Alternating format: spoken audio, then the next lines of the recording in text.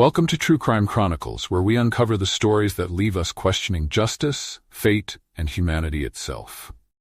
Tonight, two cases that are as heart-wrenching as they are haunting.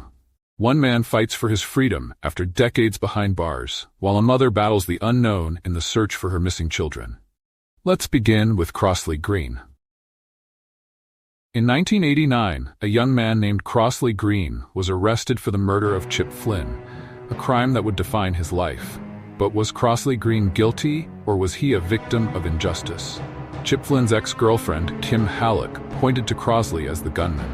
There was no physical evidence, no fingerprints, no DNA, but a jury believed her story. Crosley was sentenced to death. For 32 years, Crosley fought to prove his innocence. In 2018, a federal judge overturned his conviction, citing evidence the prosecution failed to share. Imagine the joy of finally stepping outside after decades in a cell. For Crosley, it was bittersweet freedom. But in 2022, the tides turned.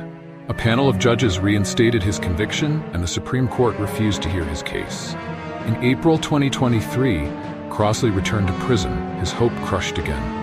How does it feel to taste freedom, only to have it ripped away? Is Crosley Green a guilty man, or has the justice system failed him? We may never know. Now let's move to Morenci, Michigan. Thanksgiving 2010. A day meant for family turned into a nightmare. Meet Andrew, Alexander, and Tanner Skelton, three brothers who vanished without a trace after spending the holiday with their father. John Skelton was in the middle of a bitter divorce. His version of the story? He claimed to have handed his sons over to a mysterious group to protect them from their mother. But authorities weren't buying it. For 14 years, Tanya has searched for her sons. Every phone call, every tip raised her hopes, only to shatter them again. John Skelton was convicted of unlawful imprisonment, but the boy's whereabouts remain a mystery. Earlier this year, Tanya took the heartbreaking step of petitioning to declare her sons legally dead. A decision no parent should ever have to make. Two stories, two battles for justice.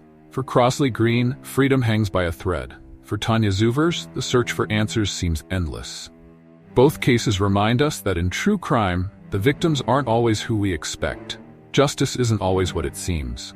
But we can't stop asking questions, because behind every story like these are real people, fighting, waiting, and hoping. Thank you for joining us on True Crime Chronicles. Stay curious, stay vigilant, and we'll see you next time.